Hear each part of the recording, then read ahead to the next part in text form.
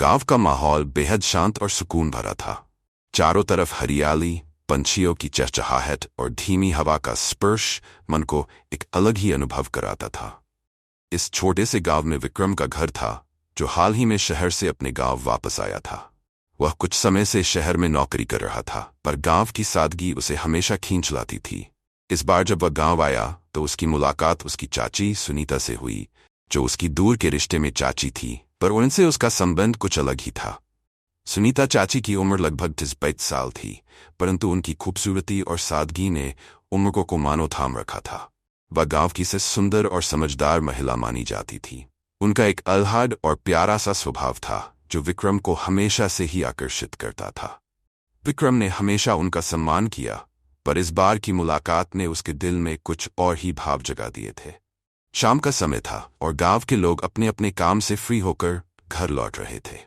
विक्रम का मन आज कुछ बेचैन था और वह यूं ही गांव की गलियों में टहलने निकल पड़ा।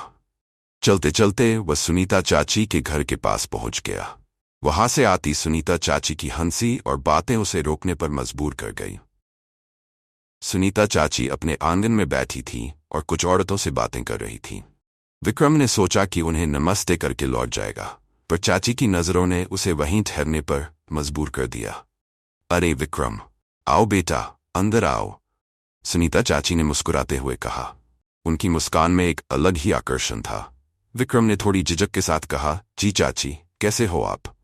अरे मैं तो ठीक हूं, तुम बताओ शहर में कैसे हो? सुना है तुमने बहुत तरक्की कर ली है, चाची ने उसे बैठने का इशारा करते हुए कहा। विक्रम बैठ गया, पर उसके दिल में एक अजीब सी घबराहट थी। वह जानता था कि इस बार कुछ अलग हो रहा है।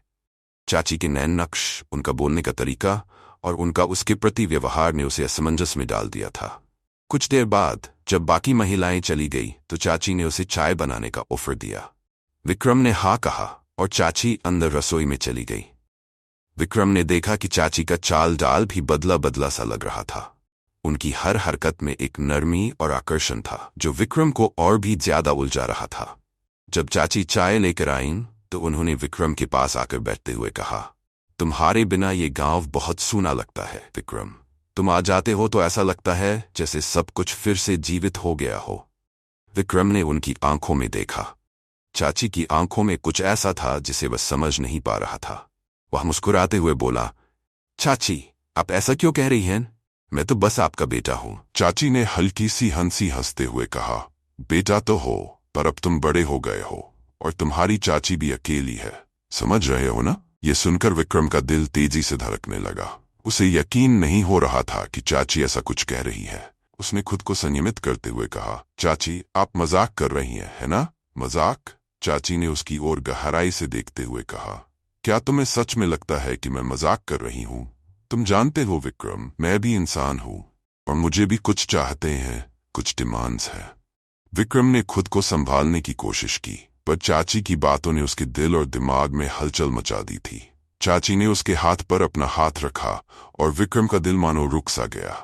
वह चाची की इस डिमांड को न समझ पा रहा था, न झुक कर आ पा रहा था। चाची ने उसकी ओर झुकते हुए कहा, विक्रम, क्या तुम मेरी इस डिमांड को पूरा करोगे? क्या तुम मुझे वो प्यार दे सकते हो जिसकी मुझे बरसों से तलाश है? विक्रम की आंखों में कश्मकश थी। वह चाची का बहुत सम्मान करता था, पर उनके इस रूप से अनजान था। उसे समझ नहीं आ रहा था कि वह क्या करे। चाची की नजरों में अब भी वही मोहक आकर्षण था जो उसे और भी ज्यादा उलझा रहा था। आखिरकार विक्रम ने धीमी आवाज में कहा, चाची, ये ठीक नहीं है, हम इस तरह से। पर चाची ने उसकी बात काटते हुए कहा, कुछ भी गलत नहीं है विक्रम, ये सिर्फ चाहत है और चाहत में कोई पाप नहीं होता। हम दोनों अकेले हैं और इस रिश्ते में कुछ गलत नहीं है अगर हम एक दूसरे की भावनाओं को समझें। विक्रम अब चुप था। चाची की बातों ने उसके दिल में एक आग सी जला दी थी। वह उठकर वहां से जाने की सोच ही रहा था कि चाची ने उसे पकड़ लिया। कहाँ जा रहे हो विक्रम, मेरी इस डिमांड को पूरा किए बिना? विक्रम का दिल मानो जोर जोर से धड़कने लगा। उसने चाची की ओर देखा। उनके चेहरे पर अब भी वही मुस्कान थी, पर उनके शब्दों में एक गंभीरता थी। चाची, मैं... वह कुछ कह पाता उससे पहले ही चाची ने उसे अपनी ओर खींच लिया। उनके होंठ उसके करीब आ गए और विक्रम अब खुद को रोक नहीं पा रहा था। उसकी धड़कनें तेज हो गई थीं। वह नहीं जानता था कि अब आगे क्या होगा। पर उसने एक कदम आगे बढ़ा लिया था। उस रात दोनों के बीच की दूरियां मिट गई और चाची की डिमांड पूरी हो गई। विक्रम ने खुद को चाची की बाहों में समर्पित कर दिया और उन दोनों ने उस रात को अपनी ख्वाहिशों का पूरा किया। कहानी का अंत बस इतना था कि चाहत और रिश्तों की कोई सीमा नहीं होती। जब दिल की डिमांड हो तो रिश्तों की दीवारें भी टूट जाती हैं।